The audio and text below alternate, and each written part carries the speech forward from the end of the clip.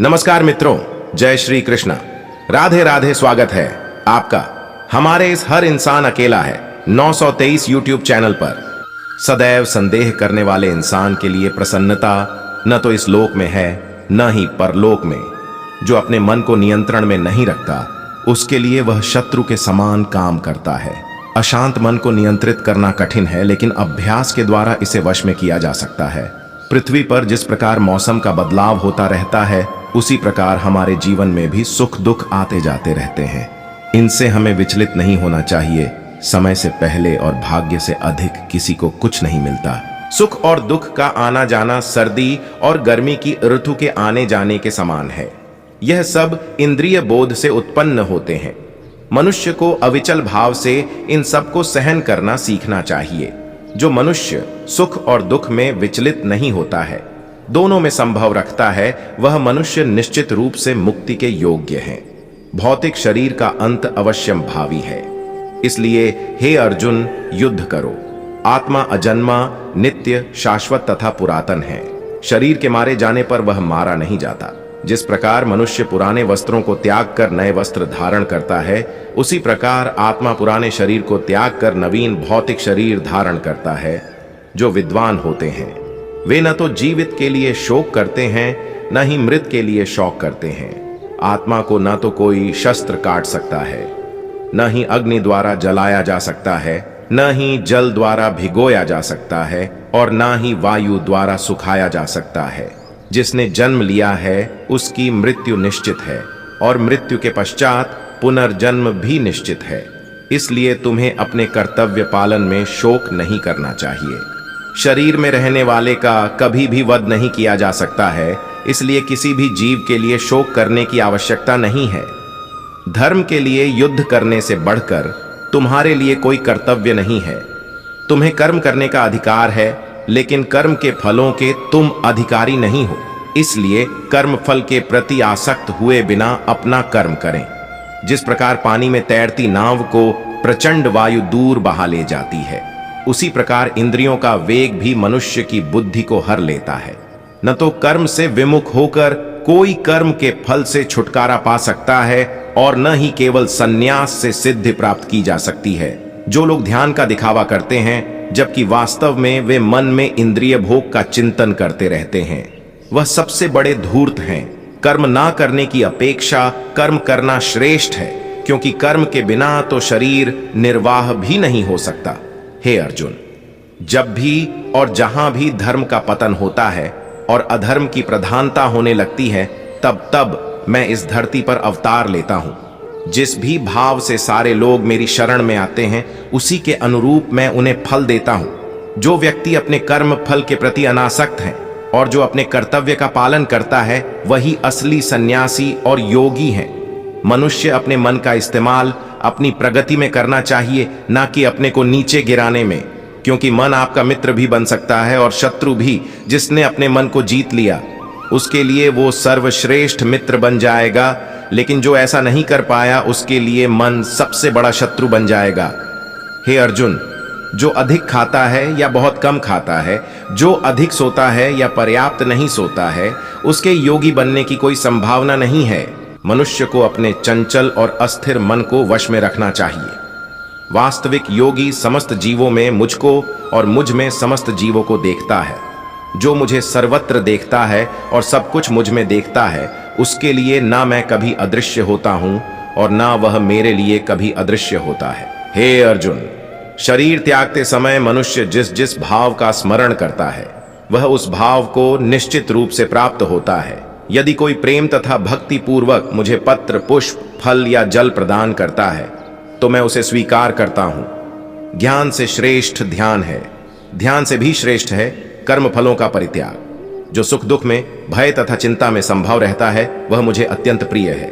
हे अर्जुन, निर्भयता, आत्मशुद्धि, आध्यात्मिक ज्ञान का अनुशीलन, दान, आत्मसंयम, यज्ञ परायणता, वेदाध्ययन, तपस्या, सरलता, अहिंसा, सत्य, क्रोध विहीनता, त्याग, शांति, समस्त जीवों पर दया, लोभ विहीनता, संकल्प, तेज, क्षमा, पवित्रता, ईर्ष्या तथा सम्मान की अभिलाषा से मुक्ति, यह सारे दिव्य गुण हैं जो देवतुल्य पुरुषों में पाए जाते हैं। अहंकार, घमंड, अभिमान, क्रोध, कठोरता तथा अज्ञान। यह आसुरी स्वभाव वालों के गुण हैं। नरक के 3 द्वार है, काम, क्रोध और लोभ। प्रत्येक बुद्धिमान व्यक्ति को भी त्याग देना चाहिए, क्योंकि इनसे आत्मा का पतन होता है। मनुष्य को सात्विक भोजन करना चाहिए। यह आयु बढ़ाने वाला, जीवन को शुद्ध करने वाला तथा बल, स्वास्थ्य, सुख तथा तृप्ति प्रदान करने वाला होता है। समस्त प्रकार के धर्म का परित्याग करो और मेरी शरण में चले आओ। मैं तुम्हें सभी पापों से मुक्त कर दूंगा। डरो मत। मनुष्य को परिणाम की चिंता किए बगैर निस्वार्थ और निष्पक्ष होकर अपने कर्तव्यों का पालन करना चाहिए। अपने जीवन की चुनौतियों से भागना नहीं चाहिए, न ही भाग्य को दोष देना चाहिए।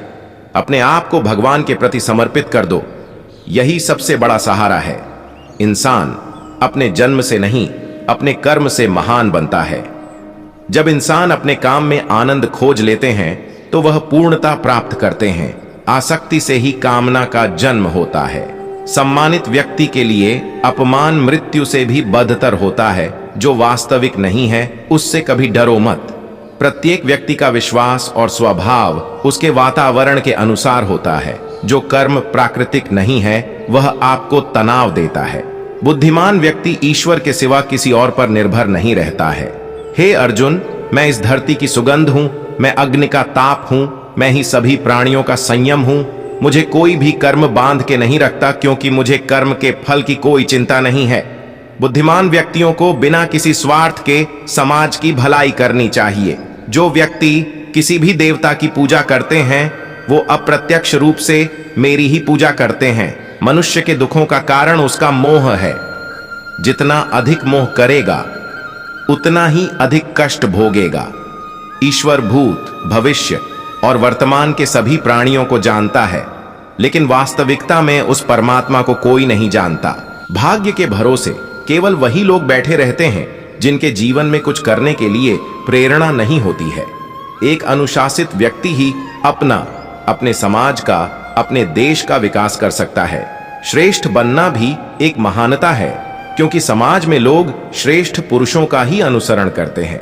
इस दुनिया में सबसे महान रहस्य कर्मयोग है। जो हुआ अच्छा हुआ, जो हो रहा है अच्छा हो रहा है, जो होगा वह भी अच्छा ही होगा। तुम्हारा क्या गया जो तुम रो रहे हो? तुम क्या लाए थे जो तुमने खो दिया? तुमने क्या पैदा किया जो नष्ट हो गया है? तुमने जो लिया यहीं से लिया, जो दिया यहीं पर दिया। जो आज तुम्हारा है वो कल किसी और का होगा, क्योंकि परिवर्तन ही संसार का नियम है।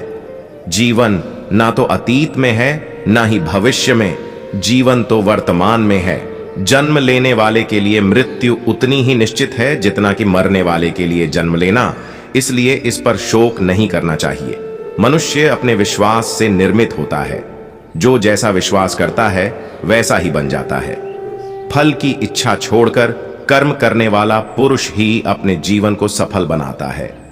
तेरा मेरा, छोटा बड़ा, अपना पराया, ये सब अपने मन से मिटा दो, फिर सब तुम्हारा है और तुम सब के हो। जिससे किसी को कष्ट नहीं पहुंचता तथा जो अन्य किसी के द्वारा विचलित नहीं होता, जो सुख दुख में, भय तथा चिंता में संभव रहता है, वह मुझे अत्यंत प्रिय है। सभी धर्मों को छोड़कर मेरी शरण में आ जाओ, मैं तुम्हें सभी पापों से मुक्त कर दूंगा। इसमें कोई संदेह नहीं है। जो कोई भक्त मेरे लिए प्रेम से पत्र, पत्ती, पुष्प, फल, जल आदि अर्पण करता है, उस शुद्ध बुद्धि निष्काम प्रेमी भक्त का प्रेम पूर्वक अर्पण किया हुआ वह पत्र पुष्पादि मैं सगुण रूप से प्रकट होकर प्रीति सहित खाता हूं।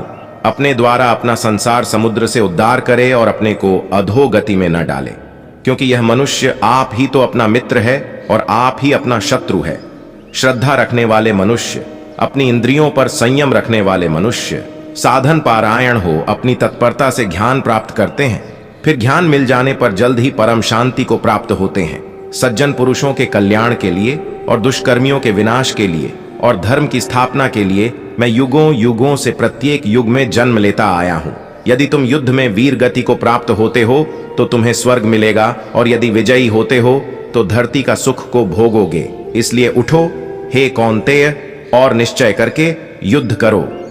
हे भारत, जब जब धर्म का लोप होता है और अधर्म में वृद्धि होती है, तब तब मैं धर्म के अभ्युत्थान के लिए स्वयं की रचना करता हूं, अर्थात अवतार लेता हूं। विषयों वस्तुओं के बारे में सोचते रहने से मनुष्य को उनसे आसक्ति हो जाती है। इससे उनमें कामना यानी इच्छा पैदा होती है और कामनाओं में विघ्न आने से क्रोध की उत्पत्ति होती है। क्रोध से मनुष्य की मति मारी जाती है यानी मूढ़ हो जाती है, जिससे स्मृति भ्रमित हो जाती है। स्मृति भ्रम हो जाने से मनुष्य की बुद्धि नष्ट हो जाती है और बुद्धि का नाश हो जाने पर मनुष्य खुद का अपना ही नाश कर बैठता है। कर्म पर ही तुम्हारा अधिकार है, लेकिन कर्म के फलों में कभी नहीं। इसलिए कर्म को फल के लिए मत करो और न ही काम करने में तुम्हारी आसक्ति हो। आत्मा को न शस्त्र काट सकते हैं, न आग उसे जला सकती है, न पानी उसे भिगो सकता है, न हवा उसे सुखा सकती है। तो मित्रों, वीडियो अगर आपको अच्छी लगी हो तो मित्रों वीडियो को शेयर, लाइक, कमेंट जरूर करें। और मित्रों, अगर आप हमारे इस चैनल पर नए हैं तो कृपया चैनल को सब्सक्राइब जरूर करें और सच्ची श्रद्धा से कमेंट बॉक्स में जरूर लिखें। जय श्री कृष्णा। राधे राधे। वीडियो को अंत तक देखने के लिए धन्यवाद।